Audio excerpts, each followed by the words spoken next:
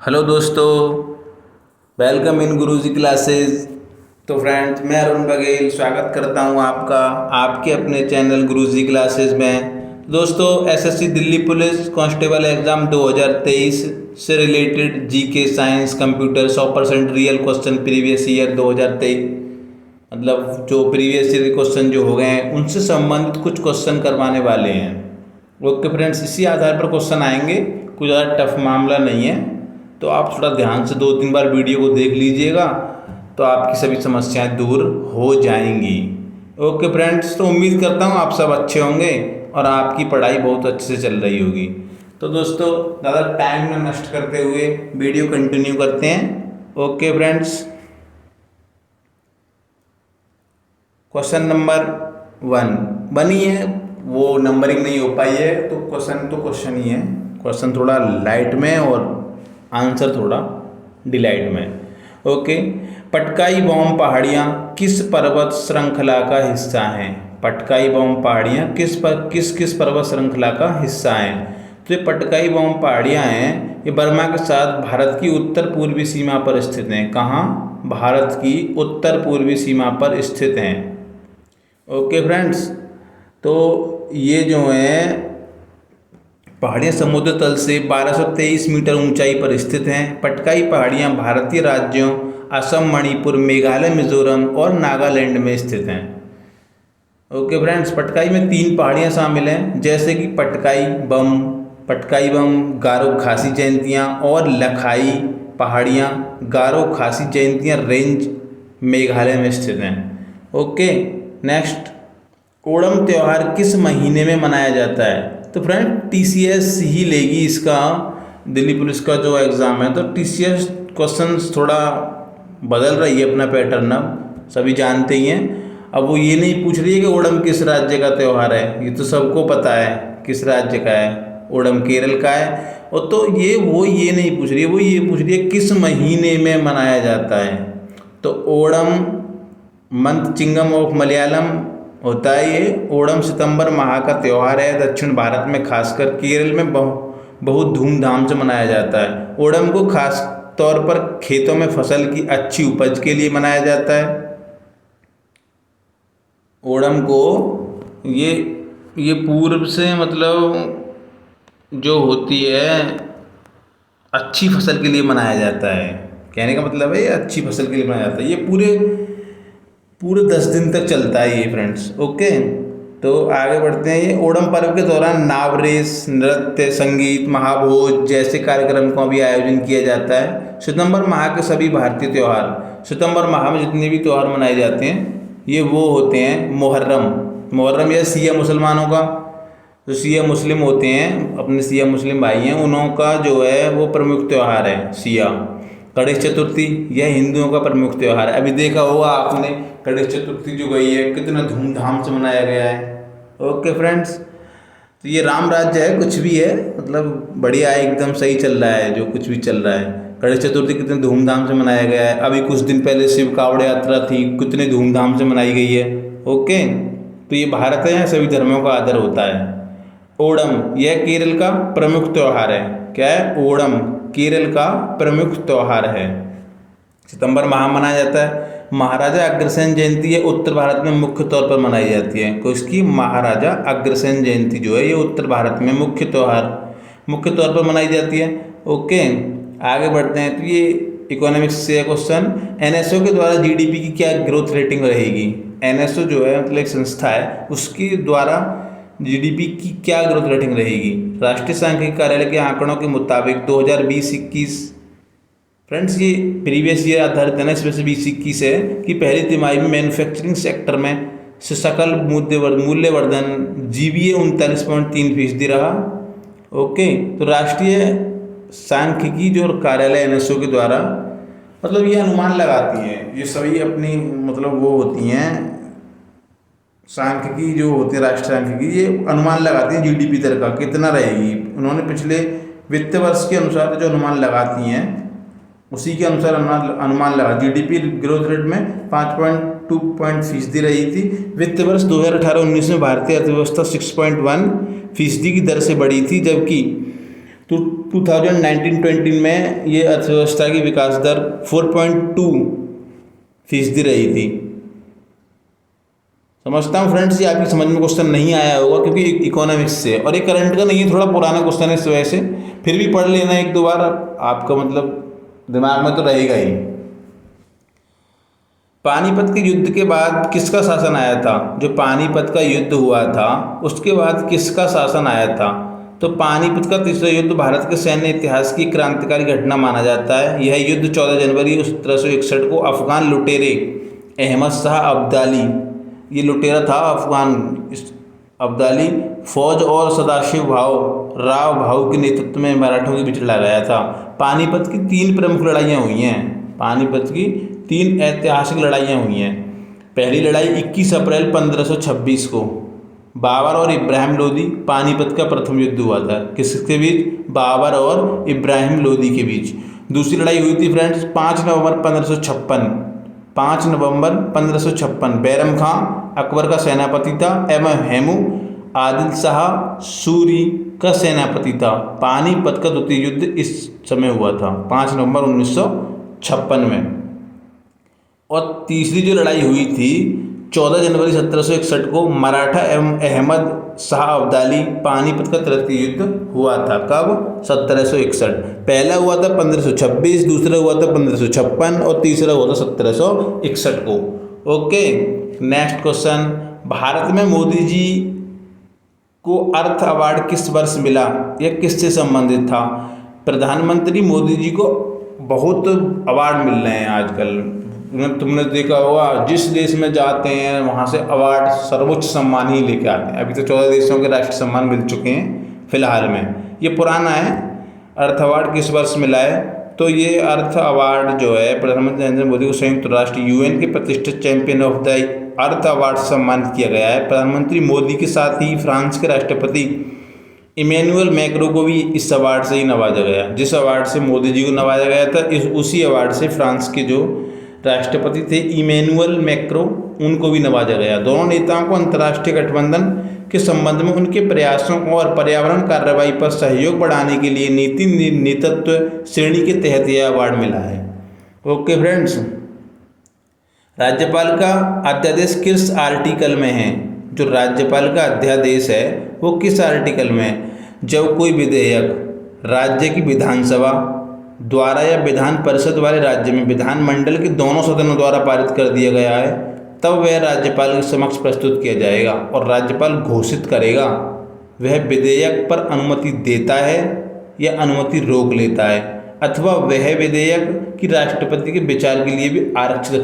तो फ्रेंड्स, जो विधेयक होते हैं अगर चाहे तो वो अपनी जेब में भी रख सकता है राष्ट्रपति के विचार, या फिर उसको मतलब निलंबित भी कर सकता है, कुछ भी कर सकता है, उसके हाथ में है। राज्यपाल द्वारा मुख्यमंत्री की नियुक्ति की जाती है 164 में।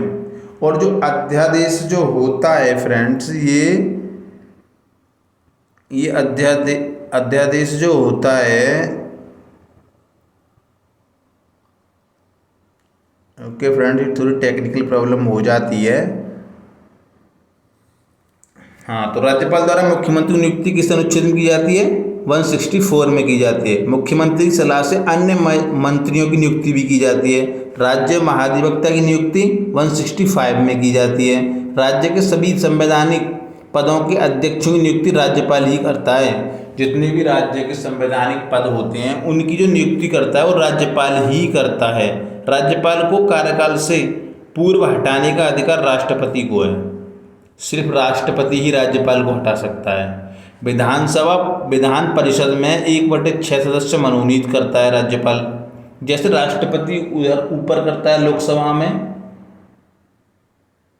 संसद में जो मतलब काम करता है राष्ट्रपति लोकसभा में, इनमें इस प्रकार ही राज्य में राज्यपाल काम करता है। अनुच्छेद 175 विधानसभा सत्र आहूत करना, सत्रावसान को भंग करने का अधिकार भी इसके लिए है।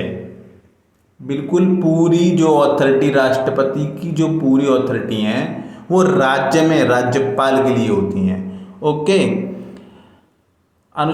आर्टिकल जो 51 है, आर्टिकल 51 क्या है? अनुच्छेद 51 है जो क्या है वो ये है अंतर्राष्ट्रीय शांति और सुरक्षा की अभिवृद्धि अभिवृद्धि करता है। ये राष्ट्रों के बीच न्याय संगत और सम्मानपूर्ण संबंधों को बनाए रखने का काम करता है और संगठित लोगों के एक दूसरे से व्यवहार के अंतर्राष्ट्रीय विधि और संधि बाध्यताओं के प्रति आदर बढ़ाने का काम भी यही करता है। अंतर्राष्ट्रीय विवादों के मध्यम स्तंभ और निपटारे के लिए प्रोत्साहन देने का प्रयास भी यही करता है। अनुच्छेद 51 में ही ये सब कुछ है, मतलब अंतर्राष्ट्रीय शांति सुरक्षा है अनुच्छेद 51। ओके, ईमेल को कौन से सिंबल से अलग करते हैं? फ्रेंड्स, ये दिल्ली पुलिस में कंप्यूटर का भी रोल है 10 नंबर का, तो ये भी उससे क्वेश्चन से संबंधित जो मोस्ट हैं, जितने मुझ पर बन पाए उतने में ले आया हूँ आपके लिए। तो ये होता है रेट, मतलब @ जो होता है वही है ये। टू जो लगता है, टू में उस व्यक्ति की ईमेल आईडी डालते हैं जिसको सीधा मेल भेजना होता है। टू में लगता है वो जिसको मेल भेजना होता है। फ्रॉम एक फ्रॉम और होता है इसमें, फ्रॉम जो मेल भेजता है, जिसके लिए मेल भेजा जाता है, ठीक है। सीसी क्या होता है? सीसी की फुल फॉर्म होती है कार्बन कॉपी। ये काफ़ी बार दिल्ली पुलिस एग्जाम में पूछी गई है। ओके फ्रेंड्स, सीसी में हम उस शख्स की ईमेल आईडी डालते हैं जिसको हमें ये जानकारी देनी होती है जिसे मेल भेजा गया है, लेकिन हम उसे एड्रेस करके मेल भेजते हैं। तो सीसी की फुल फॉर्म क्या होती है? कार्बन कॉपी का क्या होती है? Carbon copy. ओके फ्रेंड्स, और वीसीसी का फुल फॉर्म क्या होता है? ब्लाइंड कार्बन कॉपी का होती है, ब्लाइंड कार्बन कॉपी। सीसी से बिल्कुल अलग है ये। टू और सीसी वाले इंसान एक दूसरे को ईमेल आईडी देख सकते हैं।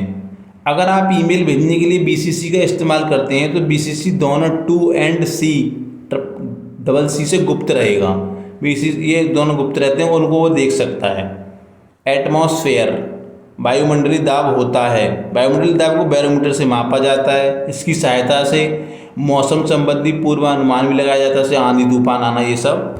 बैरोमीटर का पाठ्यांक का एक नीचे, मतलब बैरोमीटर का पाठ्यांक जब एकदम नीचे गिर जाता है ना, तो आंधी आने के संकेत होते हैं ये। बैरोमीटर का पाठ्यांक जब धीरे धीरे नीचे गिरता है तो वर्षा होने की संभावना होती है। बैरोमीटर का पाठ्यांक जब धीरे धीरे नीचे ऊपर चढ़ता है तो दिन साफ होने की संभावना होती है। जब धीरे धीरे नीचे ऊपर होता है ना वो, तो दिन साफ होने की संभावना, मतलब दिन धूप निकलने की संभावना रहती है।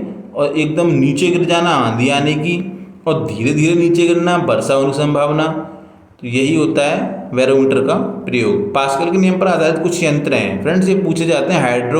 हाइड्रोलिक लिफ्ट होती है, एक हाइड्रोलिक एक प्रेस होती है, और हाइड्रोलिक ब्रेक जो होते हैं, ये पास्कल के नियम पर आधारित हैं।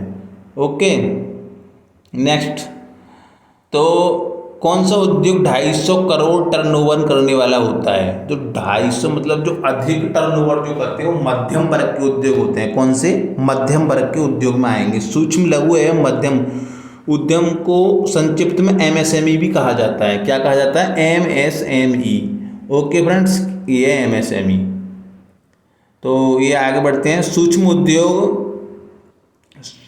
उद्योग के अंतर्गत रखा गया जब वह उद्यम आते हैं जिनके 1 करोड़ रुपए के निवेश मशीनरी वगैरह में और टर्नओवर में 5 करोड़ तक ऐसे खर्च होते हैं। लघु उद्योग किसको कहते हैं फ्रेंड्स?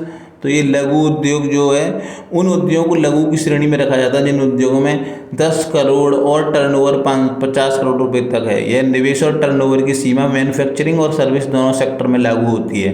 और मध्यम वर्ग क्या होता है? मध्यम जो उद्योग होता है मैन्युफैक्चरिंग और सर्विस सेक्टर के ऐसे उद्योग जिसमें 50 करोड़ का निवेश और 250 करोड़ टर्नओवर है, वह मध्यम उद्योग में आएंगे।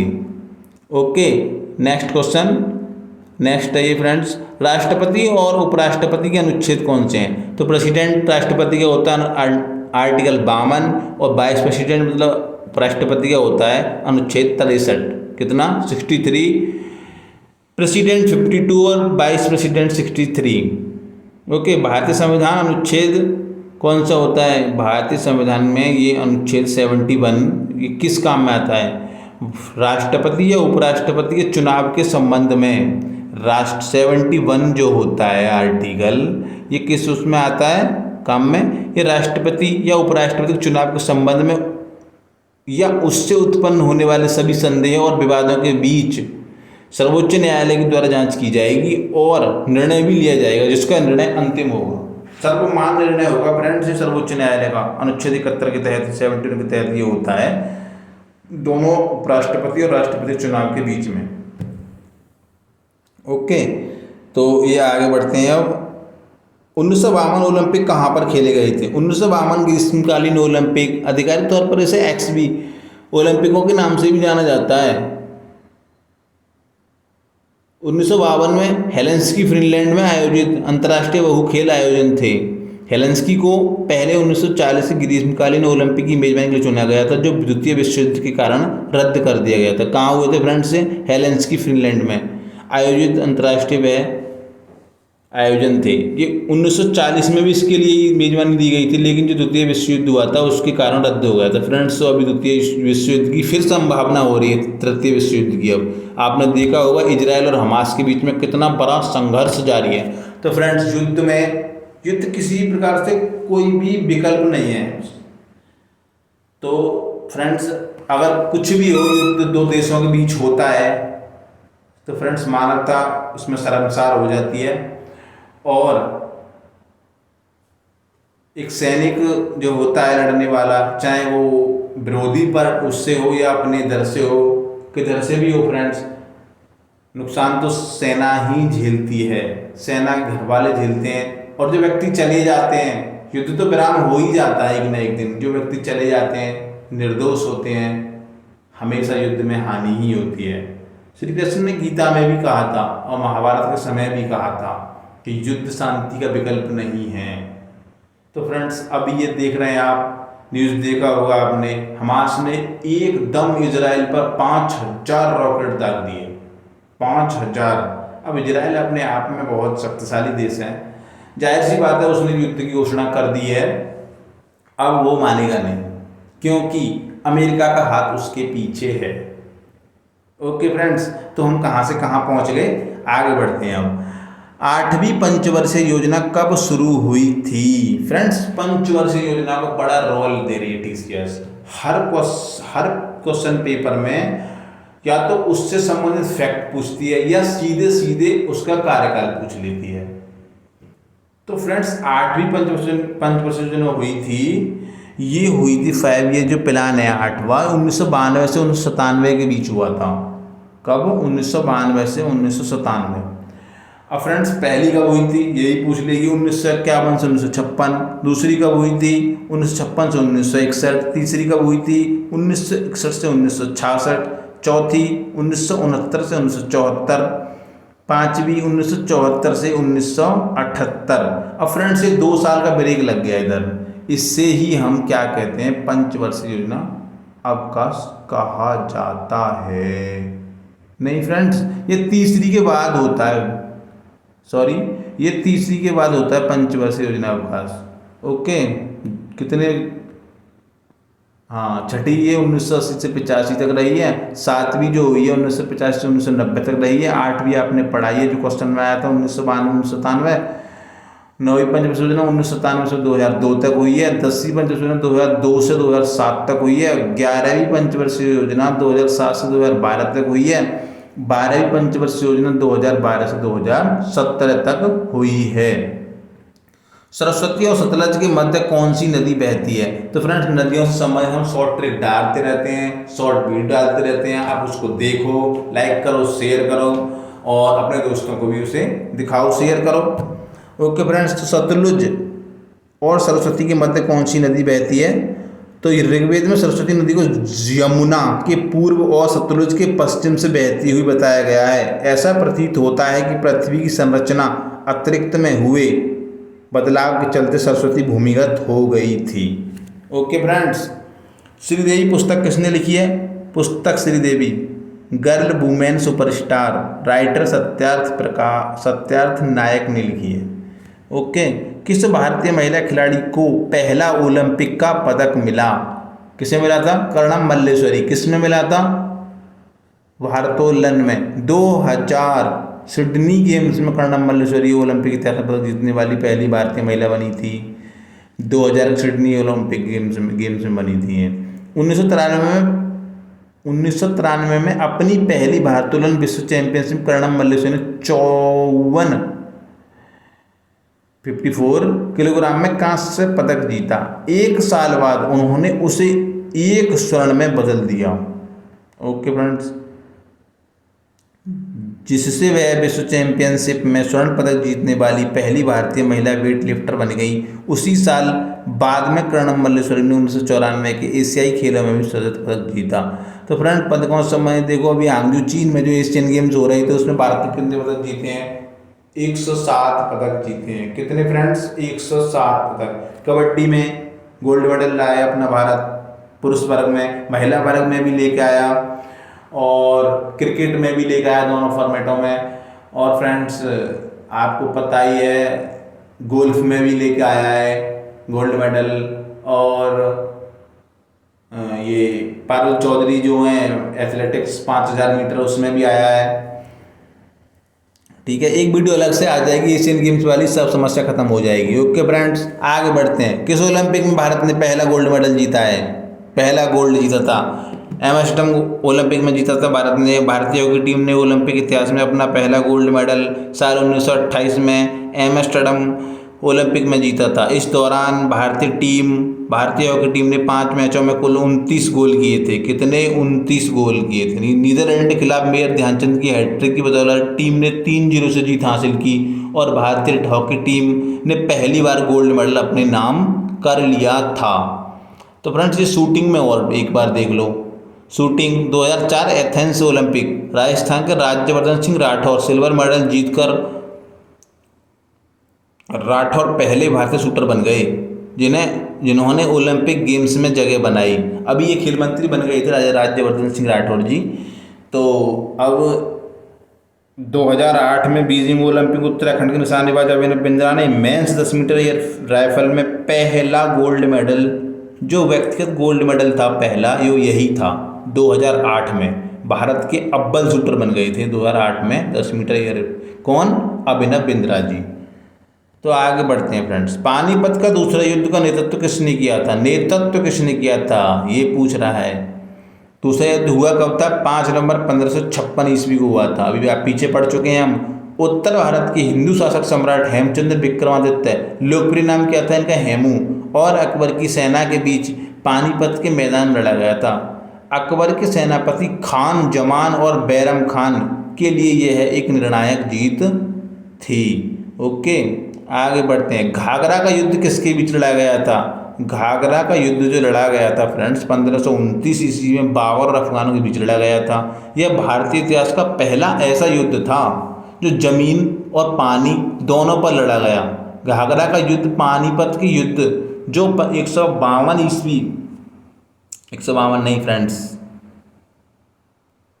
1529 ईस्वी में हुआ था। खानवा का युद्ध जो 1527 में हुआ था, नहीं 1526 में हुआ था ये पानीपत वाला। ये यहाँ लिख नहीं पाया है, मतलब गलती हो जाती है, थोड़ी बहुत प्रिंटिंग मिस्टेक हो जाती है। ओके फ्रेंड्स, उसके लिए सॉरी चाहता हूँ। खानवा का युद्ध जो 1527 में हुआ था और उसके बाद लड़ा गया। इस युद्ध का नाम बिहार में बहने वाली घग्गरा नदी पर घाघरा के युद्ध में पड़ा। मतलब ये घाघरा नदी के किनारे हुआ था, तो ये बिहार में बहती है, इसके कारण इसका नाम जो है वो घाघरा का युद्ध पड़ गया। ऑस्कर अवार्ड किसे मिला जिसका निधन हो गया? देश के लिए पहला ऑस्कर अवार्ड जीतने वाले कॉस्ट्यूम डिजाइनर भानु अथैया का 91 साल की उम्र में निधन हो गया। 91 उम्र की, मतलब उनका निधन हो गया। भानु को साल 1982 में आई फिल्म गांधी के लिए ऑस्कर अवार्ड से नवाजा गया था। भानु का अंतिम संस्कार दक्षिण मुंबई की चंदनवाड़ी में किया गया था। ओके फ्रेंड्स, मौलिक कर्तव्य का कौन सा जोड़ा गया? मौलिक कर्तव्य कौन सा? 86वें संविधान संशोधन अधिनियम 2002 के द्वारा 51 के में मौलिक कर्तव्य को जोड़ा गया। इसके अनुसार अभिभावकों और यह कर्तव्य होगा कि वह अपने 6 से 14 वर्ष की आयु के बच्चों को शिक्षा प्राप्त करने के अवसर प्रदान करें। ओके फ्रेंड्स, भारत के नागरिकों के मौलिक कर्तव्य कुछ इस प्रकार हैं। सरदार स्वर्ण सिंह समिति की अनुशंसा पर संविधान के 42वें संशोधन 1976 के द्वारा मौलिक कर्तव्य को जोड़ा गया था। इसे रूस के संविधान से लिए गए। फ्रेंड्स, जो मौलिक कर्तव्य हैं वो रूस से लिए गए हैं और जो मौलिक अधिकार हैं वो यूएसए से लिए गए हैं। अब याद कैसे करें इसको? अधिकार ए आ रहा है इसमें, तो ये अधिकार मतलब अमेरिका, और जो रूस तो बचाई को मौलिक कर्तव्य वो तो है ही, रूस से लिया गया है। फ्रेंड्स, इसे भाग 4 के में अनुच्छेद 51 के तहत रखा गया है। किसमें? भाग 4 के में रखा गया है और अनुच्छेद 51 के तहत रखा गया है संविधान में। ओके, तो फ्रेंड्स ये इतने ही क्वेश्चन थे, इनको ही आप ना कर लो यार। बढ़िया है वीडियो, 2-3 बार देख लीजिएगा, आपका मतलब काम बन ही जाएगा। वैसे आप लाइक शेयर करते रहिएगा फ्रेंड्स, सपोर्ट कीजिए हमको भी। ओके फ्रेंड्स, लाइक शेयर और सब्सक्राइब करें। थैंक यू, आज के लिए इतना ही। थैंक यू फ्रेंड्स, जय हिंद, जय भारत।